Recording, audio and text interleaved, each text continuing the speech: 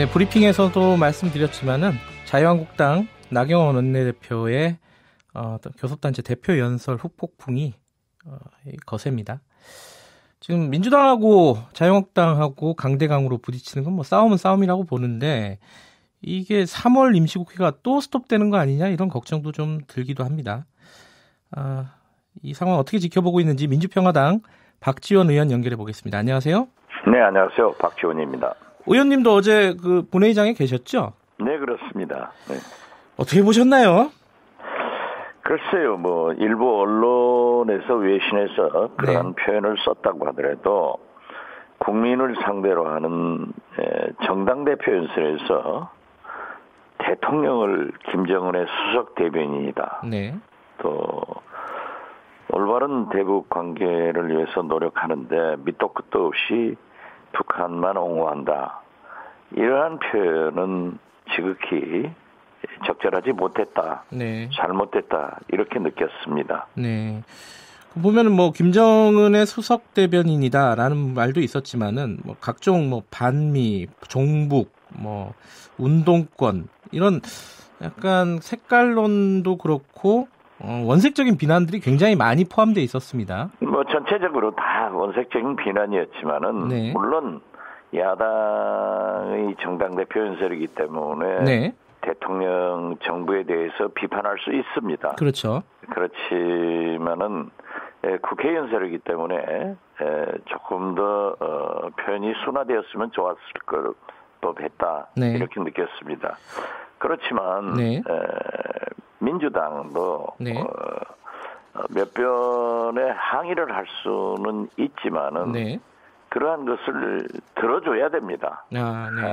그러면 오히려 국민들이 또 언론에서 역풍을 맞을 수도 있었는데 네. 지나치게 항의를 하고 중단되는 그런 사태가 계속됨으로써 네. 오히려 나경원 대표를 용으로 만들어준 그런 결과를 초래하고 양비론을 불러왔다. 네. 이런 생각을 갖습니다. 나경원 원내대표의 연설도 부적절했지만은 대응도 그렇게 세련되지 못했다. 이런 말씀이시네요. 그렇습니다. 예. 근데 이게 가장 뭐 해석들이 분분합니다. 이 나경원 원내대표가 왜 이게 작정하고 들어온 거잖아요, 사실은. 그렇죠. 예. 왜 이렇게 강한 어조에 이런 연설을 했을까? 어떻게 해석하십니까?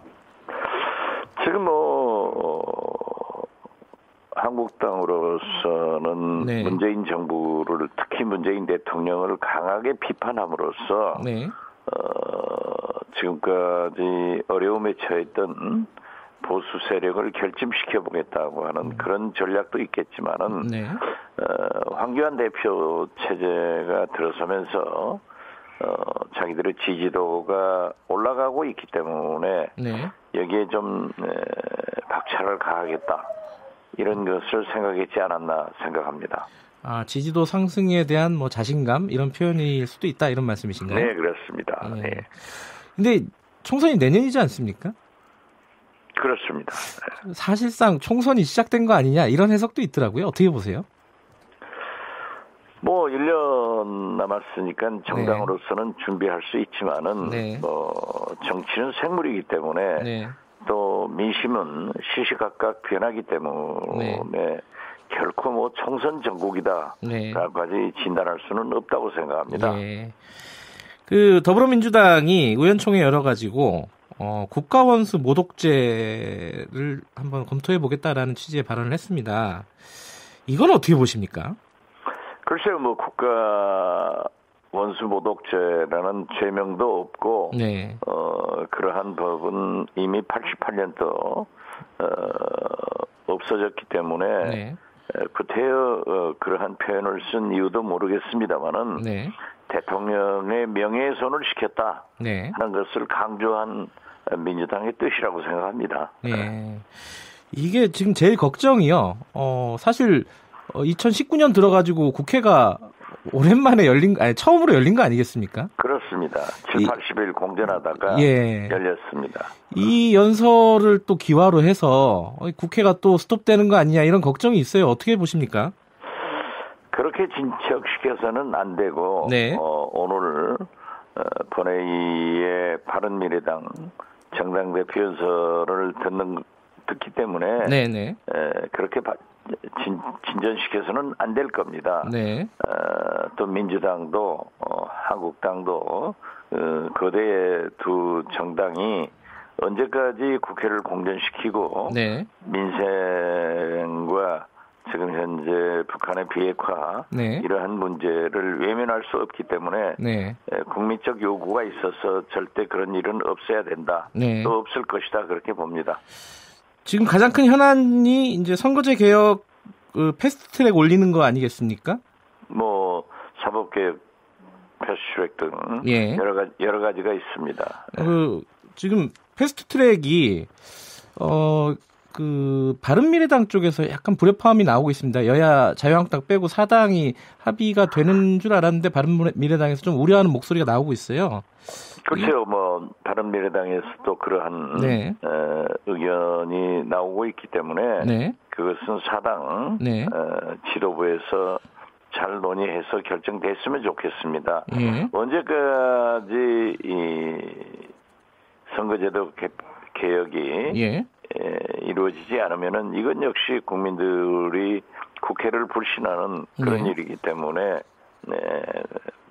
잘 협상되기를 바랍니다. 박지원 의원님도 이 선거제 개혁안을 패스트트랙에 올리는 거에 찬성하시는 거죠? 당연히 찬성합니다. 네. 왜냐하면 그렇게 패스트트랙으로 올리더라도 심상정 정치개혁특위위원장과 저도 얘기를 해봤습니다마는 올려놓고 또 계속해서 타협하자 예. 하는 거기 때문에 찬성합니다. 그런데 이제 뭐 원내 100석 이상 가진 자유한국당을 이렇게 논외로 하고 패스트트랙을 진행하는 게 과연 현실적으로 가능한 일이냐, 게임의 룰인데 이 부분은 어떻게 생각하세요? 그게 현실적으로 타협이 되지 않고 네. 또 한국당에서 의석수를 줄여서 네. 비례대표를 없애고 그런 안을 제시하기 때문에 네. 도저히 불가능합니다. 그렇다고 하면은 패스트트랙을 올리고 네. 또 계속 타협에 나갈 것은 타협해서 합의하고 예. 그렇지 않으면은 패스트트랙 표결을 하는 것이 원칙이라고 저는 생각합니다. 근데 바른미래당 손학규 대표가 우려하는 지점 중에 하나는 이 선거법 개혁을 패스트트랙으로 올리고 거기에 다른 어떤 개혁 법안들을 같이 올리는 거는 좀 부적절하지 않느냐 이런 건데 아까 말씀하신 예컨대 뭐 사법개혁 같은 뭐 공수처 법안 같은 법안들이요. 이건 어떻게 보시고 계십니까? 지금 어떻게 됐든 단독으로 올릴 수는 없기 때문에 정치는 결국 타협 아니겠습니까? 네. 협상을 해서 타협안을 올려야 되기 때문에 각 당의 의견을 잘 조정해 나가야 된다. 이렇게 저는 생각합니다. 그거는 좀 의견 조정의 여지가 있다 이런 말씀이시네요. 그렇죠. 그렇지 않으면 상정시킬 수가 없기 때문에요. 예, 알겠습니다. 북한 얘기도 좀 여쭤볼게요. 왜냐하면 오늘 나경원 원내대표가 이 얘기를 했습니다. 자유한국당이 대북 특사를 파견하겠다. 이거 어떻게 해석을 해야 되는 거죠? 글쎄요, 자기들이 진정성을 가지고 그러한 얘기를 하면은 가능하겠지만은 거기에는 상당히 술수가 숨어 있기 때문에 그 거론 자체도 저는 무게를 두지 않습니다.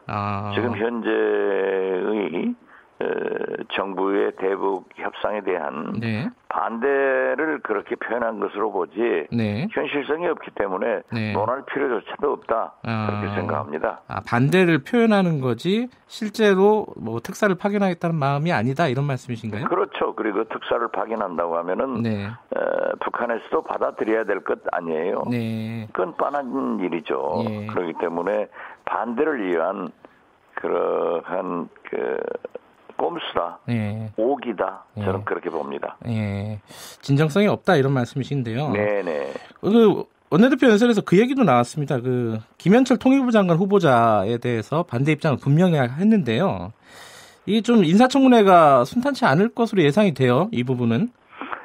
김현철 장관 후보자에 대해서 네.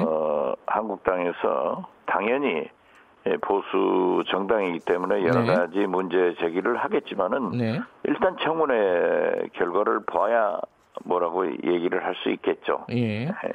그러니까 김현철 후보자들이 과거에 했던 여러 가지 이제 발언들이나 입장들에 대해서 비판을 하고 있는 건데, 그 중에 하나가 뭐 사드를 배치하면은 나라가 망한다, 뭐 이런 거. 그리고 대북 제재 관련해서도 좀 강경한 발언들, 그러니까 대북 제재를 해제할 수 있다라는 취지의 발언들이 있었는데, 이 부분은 민주평화당에서는 어떻게 생각하십니까? 사드 반대는 제가 제일 적극적으로 했습니다. 네. 또 정세균 대표와 네. 정세균 의장과 3당 대표가 미국을 방문해서 했는데요. 네. 저도 그 국민의당 대표로 참가한 적이 있습니다. 네. 그렇기 때문에 그러한 모든 것을 청문회에서 검증해서 네. 김현철 장관 후보자의 자질을 네.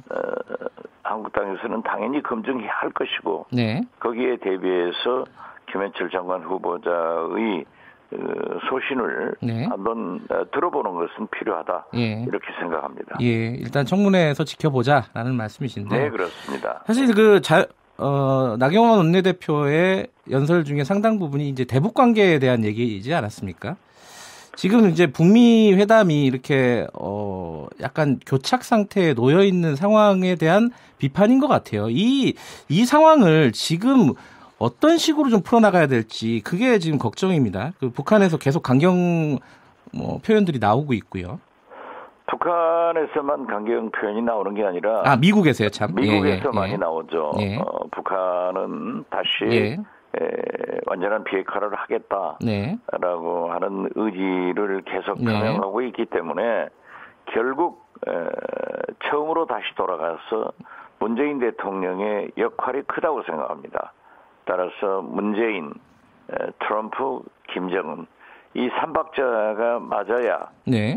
되기 때문에 저는 문재인 대통령과 남북 정상회담 네. 그리고 한미 정상회담으로 이어져서 다시 북미 간의 대화가 시작될 수 있도록 하는 일이 가장 급선무다. 이렇게 생각합니다. 남북 정상회담이 먼저 좀 선행돼야 된다고 보시는 건가요? 당연히 남북 정상회담이 선행되어야만이 네. 김정은 위원장이 어떠한 경우에도 그 핵시설을 만지작거려서는 안 되고 네. 또 실험 발사도 해서 안 되고 네. 포스트 트럼프를 주장해서도 안 되기 때문에 네. 이러한 것을 문재인 대통령과 허심탄회하게 얘기를 하고 그 결과를 가지고 한미 정상회담을 해서 트럼프 대통령이 대화를 결심하도록 해줘야 됩니다.